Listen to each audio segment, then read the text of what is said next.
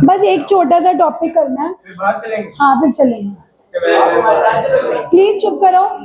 After order the next topic is molecularity. इधर देखो, Tanveer and Yash please.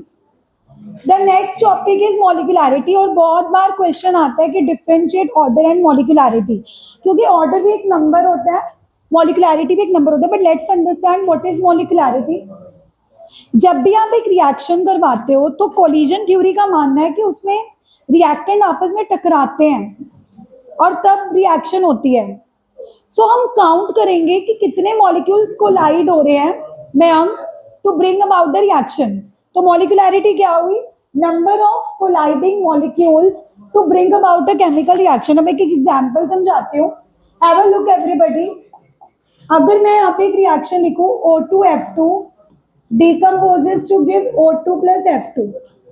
अब इस रिएक्शन की अगर तुम्हें, मैं आपको गेट डाउन प्लीज, इनफ।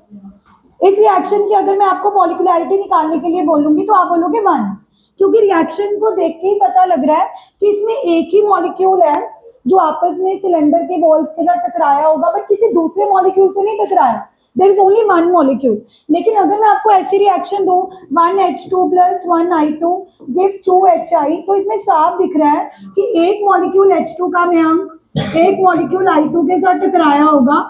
तो जब दो मॉलिक्यूल टकराएंगे तो मॉलिकुलैरिटी क्या हो जाएगी? 2।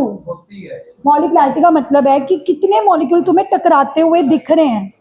The number of colliding molecules in a reaction to bring about the reaction. एक कोलिजन थ्योरी नाम की थ्योरी है जो आगे आएगी। उसका मानना है कि जब मॉलिक्यूल आपस में कोलाइड होते हैं, टकराते हैं, तभी रिएक्शन होती है। तो उन्होंने एक टर्म डिफाइन करी, molecularity, and it is a theoretical concept. Like order आप नहीं थ्योरेटिकली निकाल सकते, उसके लिए आपको रेट लॉ एक्सप्रेशन गिवन होना चाहिए, तब आपको पता लगेगा कि वो रिएक्टेंट की 0 पावर पे डिपेंड कर रहा है या 1 पावर पे डिपेंड कर रहा है। हमने पिछले 2 लेक्चर्स में यही डिस्कस किया था कि जब तक हमें रेट लॉ गिवन नहीं होता हम ऑर्डर नहीं निकाल सकते। लेकिन मॉलिकुलैरिटी सिंपल थ्योरेटिकल कंसेप्ट है। आप रिएक्शन को देखोगे, अगर रिएक्शन में आपको दिख रहा होगा कि एक ही मॉलिक्यूल है जो आपस में कोलाइड हो रहा है, तो मॉलिकुलैरिटी क्या हो जाएगी? 1।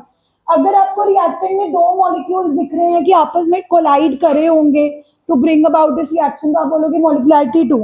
और अगर मैं आपको रिएक्शन दे दूं 2NO plus 1O2 give 2NO2, तो आपको क्या दिख रहा है कि 2 मॉलिक्यूल NO के O2 के साथ टकराए होंगे, मतलब कितने मॉलिक्यूल टकराए होंगे? 3। तो मॉलिकुलैरिटी क्या होगी?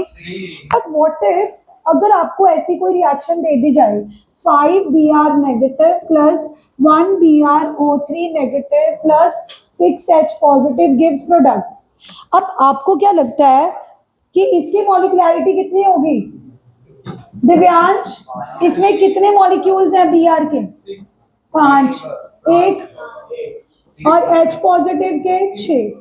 क्या तुम्हें लगता है मयंक कि इसमें 1 2 3 4 5 6 6 और 6 12 मॉलिक्यूल टकराए होंगे? क्या मॉलिकुलैरिटी 12 हो सकती है? नो। आई टेल यू, अगर आप कभी टकराते हो, अगर आप क्राउड में टकरा जाओ, 2 लोगों का इकट्ठे टकराना पॉसिबल है, 3 लोगों का भी एट दी सेम टाइम टकराना इकट्ठे पॉसिबल है, पर 12 मॉलिक्यूल इकट्ठे टकरा जाए, मतलब ऐसा हो सकता है कि मैं इससे टकराऊं, ये इससे टकराए, इससे टकराए, ऐसे नहीं, 12 टुगेदर, नॉट पॉसिबल। तो साइंटिस्ट ने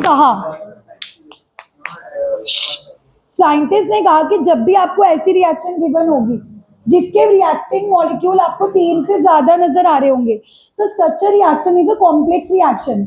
ऐसी रिएक्शन एक स्टेप में होती ही नहीं है, they take place in a number of steps, और हर अलग अलग स्टेप की आप मॉलिकुलैरिटी निकाल सकते हो, बट ऐसी ओवरऑल रिएक्शन की मॉलिकुलैरिटी डिफाइन नहीं होती जिसमें आपको 3 से ज्यादा मॉलिक्यूल नजर आ रहे होते हैं। ठीक है, तो अगर बाय चांस कल को अगर आपको रिएक्शन में एक मॉलिक्यूल दिख रहा है तो आप मॉलिकुलैरिटी डिफाइन कर दोगे कि 1 है। अगर आपको 2 मॉलिक्यूल दिख रहे हैं तो आप बोलोगे कि मॉलिकुलैरिटी कितनी है? 2। अगर आपको 3 मॉलिक्यूल नजर आ रहे होंगे तो आप बोल दोगे मॉलिकुलैरिटी 3। लेकिन अगर आपको कोई कॉम्प्लेक्स रिएक्शन गिवन होगी, आपको पता कैसे लगेगा कि कॉम्प्लेक्स रिएक्शन है? क्योंकि ऑब्वियसली 6 5 6 6 12 मॉलिक्यूल इकट्ठे टकरा ही नहीं सकते। It is not possible that 12 molecules are colliding at the same time. इस चीज की पॉसिबिलिटी बहुत कम है, बल्कि इस बात की पॉसिबिलिटी ज्यादा है कि ये रिएक्शन स्टेप्स में हुई होगी. पहले 2 मॉलिक्यूल एक से टकराए होंगे, फिर कुछ बना होगा, फिर चौथे मॉलिक्यूल से टकराए होंगे. कौन बात कर रहा है क्लास में? Such a reaction is known as, and इसकी मॉलिक्युलरिटी डिफाइन नहीं होती. तो what is molecularity? Let's say there are molecules A B and C. 3 molecules हैं. हाँ, एग्जाम्पल नहीं, 4 भी नहीं हो सकती. फर्स्ट की कितनी मॉलिक्युलरिटी है?